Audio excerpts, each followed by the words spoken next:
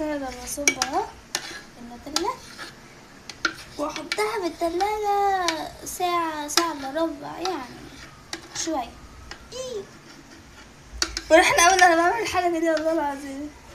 اللهم صل وسلم وبارك على سيدنا محمد وعلى اله وصحبه اجمعين. السلام عليكم ورحمه الله وبركاته. ازيكم يا احلى متابعين، عاملين ايه؟ يا رب تكونوا بخير. انا رو، دي قناه يوميات رو واخواتها. طبعا انتوا عارفين ان انا عامله الفيديو اللي فات ازاي تضمن تعمل 3 نصايح في ماده اللغه العربيه. زي برضه هنعمل حلو اللي هو ايه الايس كوفي. فيديو النهارده برضه هعمل لكم فيديو ازاي تقفل اللغه الانجليزيه ب3 نصايح بس. وبرضه هنعمل فيديو اللي هو ايه حلو اللي هو يا ترى حلو النوتيلا زي انت يا نوتيلا انت. فدلوقتي قبل ما نبدا الفيديو متنسوش تعملوا لايك وشير وسبسكرايب وفعلوا زر الجرس عشان يوصلكوا كل جديد. يلا بينا عشان نقولكوا ايه هي المكونات. وطبعا دلوقتي هقول لكم المكونات اللي هو لبن، كوبايتين حليب اللي هو لبن ماشي، ومكعبين شوكولاته وزبده، مكعب زبده. وده اختياري، ده عايزين تحطوه مش عايز تحطوه ده نكهة اللي هو نكهة البندق عشان تكون نوتيلا يعني. و 3 بواكي بسكوت سادة عشان ايه تكون ده الباكل واحد 53 جرام.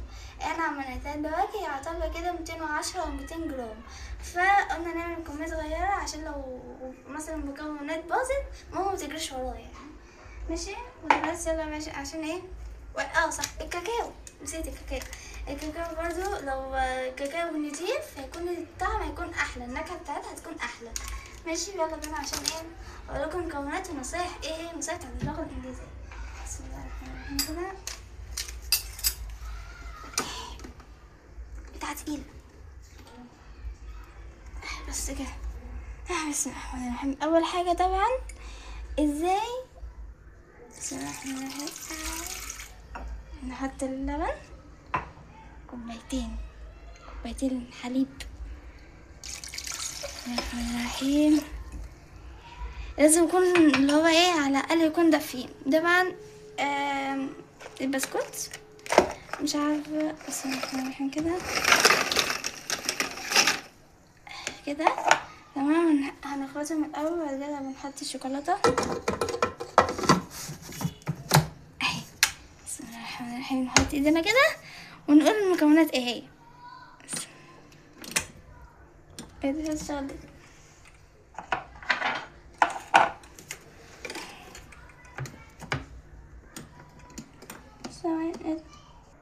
وطبعا كان في حاجه غلط يعني، فناديت لمامته عشان تشوف ايه النظام. فدلوقتي هنبدا. بسم الله الرحمن الرحيم. ايه النصايح بتاعت اللغه الانجليزيه. اول حاجه طبعا الفوكابل اللي هو الكلمات بتاعت الانجليزي بيكون لازم تحفظيهم، مش تحفظيهم حفظ، برضو تفهميهم يعني ايه معنى الكلمه اللي انت بتقوليها، عشان برضو دي اساس كل المنهج بتاع الانجليزي كله. فدلوقتي زي ما قالت دلوقتي اللبن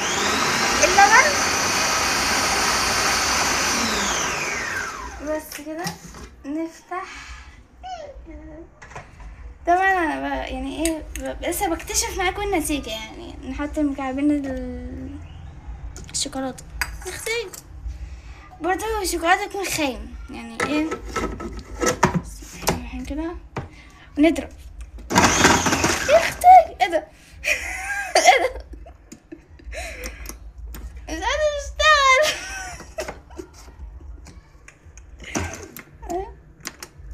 اشتغل. اشتغل يلا انا خايفة.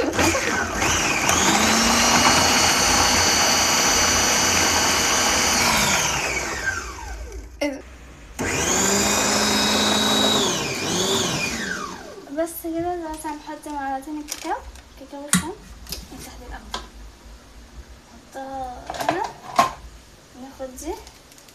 بسم الله الرحمن الرحيم كده كده ممكن نحط معلقة كمان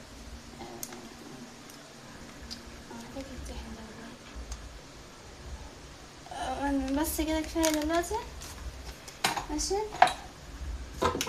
بس نضرب بس الاول نشوف النظام ونحط قلب الزبده.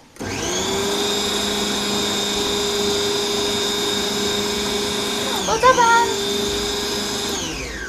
الجرامر محتاج برضو حفظ، مش حفظ بقى، برضو من اساس الكلمات.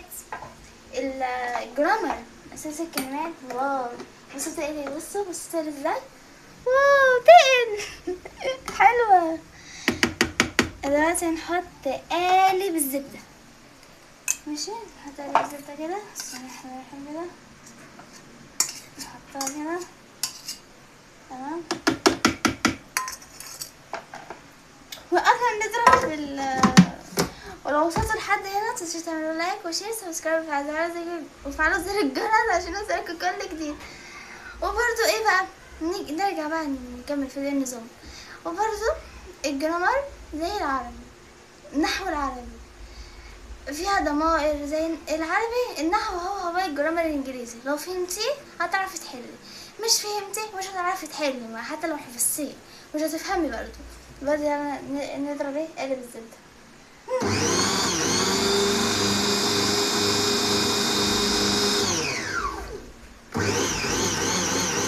شكله حلو هو بيتضرب.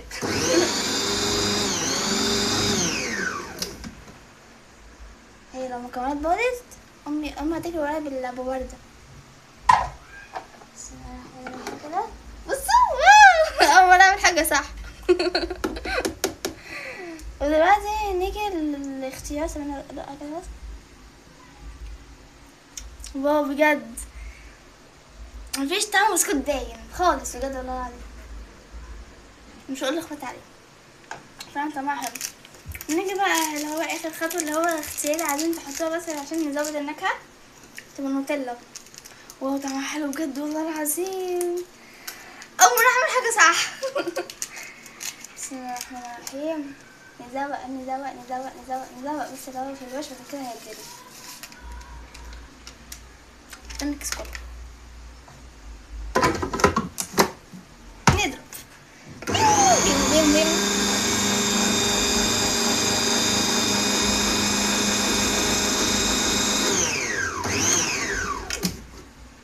واو شوفوا ايه الجمال ده، شوفوا الجمال اللي انا عاملاه ده. ربنا يستر. بصوا جمال. واو بجد الريحه فعلا بندق، شوكولاته بالبندق بجد، اللي هو بتاع بره ده نوتي، اما ده حلو صحي وجميل. داخلين على دراسه فاخواتي يحمدوا ربنا ان انا بعمل لهم حاجه. فدلوقتي هنصب ودلوقتي بعد ما صب النوتيلا دي هرجع لكم تاني. ودلوقتي بعد ما صبينا النوتيلا شكلها كيوت. ماشي بعد ما صبينا النوتيلا هحطها في التلاجة يعتبر ساعة الا ربع حاجة زي كده، وهرجع لكم بالفيديو ايه ده بقى ايه بعد ما تطلع من التلاجة بوريكم شكلها بقى الجميل ده. نقفلها نحطها في التلاجة وارجع لكم تاني. ودلوقتي عبال ما نستنى النوتيلا تاخد راحتها في التلاجة، يا بختها. ماشي تاخد راحتها، وهقول لكم على نصايح تاني عشان شغلكم كنتوا مش مركزين معايا وانا كنت بعمل المكونات. بصوا بقى دايما الفوكابولري بتاع الكلمات اللي هي الكلمات الانجليزي اساس كل حاجه، اذا كان باراجراف شوز جرامر برضه يكون في الجرامر. تليفوني. ايه بقى هي اساس الكتاب كله، اساس المنهج كله بتاعك. ماشي الباراجراف لازم تفهميه، تقولي كلمات بسيطة وما تقوليش كلمات كبيرة وتطلع غلط في الآخر، تقولي كلمات بسيطة وصح في نفس الوقت عشان تضمني برضو 15 درجة أو نص درجة الامتحان. ماشي تكونوا برضو فاهمين انتوا بتقولوا ايه، ونكون مترجمين قبل ما تقولوا في الانجليزي. ما انتوا لازم برضو الانجليزي تكون تعرفي ترجمي عربي، لو فهمتيش انت بترجمي ايه مثلا معنى كلمة وانت ما فهمتش معنى ترجمتها هي بالعربي مش هتفهميها اصلا يعني ايه بالانجليزي. فلازم برضو ايه تكون مترجماها ترجمة بجملة عشان تكتبيها. اللي بقى ايه اذا كانت شوز اللي هي الاختيارات كده يعني اللي هي الحاجات اللي بتجيلكوا في الامتحان. ايه هو بقى تاني حاجة بقى؟ الجرامر لازم برضو تفهموها عشان تعرفوا تحلوا. في حاجات كتير جدا لازم تفهموها بالذات السنة دي، لان في حاجات جديدة اتطورت عن السنين اللي احنا كنا بناخدها. يعني لازم برضو نكون متأسسين من واحنا صغيرين عشان برضو تعرفوا ايه، تعرفوا تحلوا. ماشي. ايه بقى تالت حاجة؟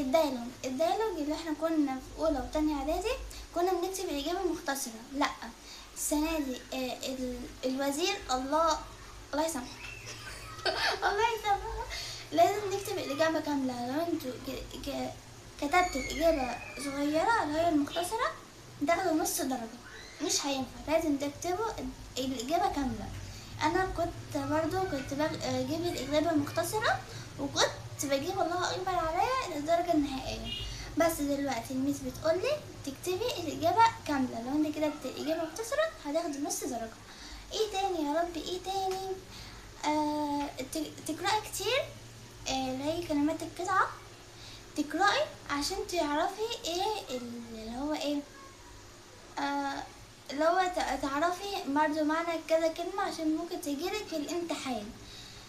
بس دلوقتي هشوف ايه النظام في النوتيلا وهرجع لكم تاني.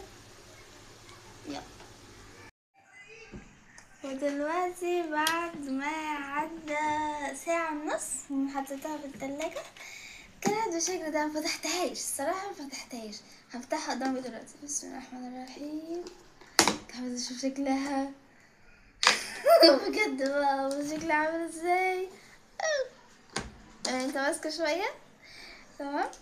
بجد القوام بص بجد اول مرة اعمل حاجة في حياتي، عمري ما عملت خمسة يعني اعمل نوتيلا وعمل سندوتش ازاي؟ يعني مينفعش.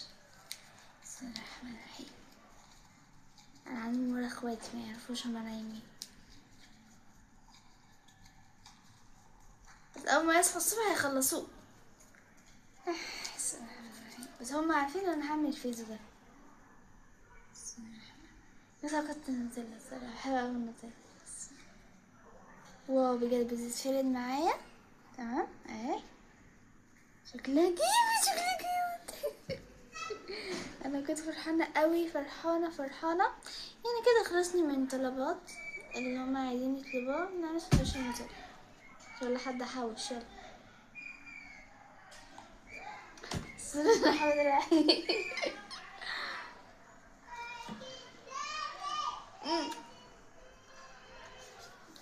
نوتيلا بصراحه حلوه قوي، نوتيلا زياده الصراحه. ماشي اهو.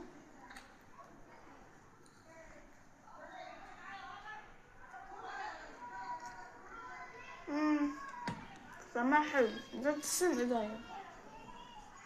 ودلوقتي بعد ما خلصنا المكونات، لو عجبكم في الفيديو تعملوا لايك وشير وسبسكرايب وفعلوا زر الجرس عشان يوصلكوا كل جديد. وبس كده، سلام.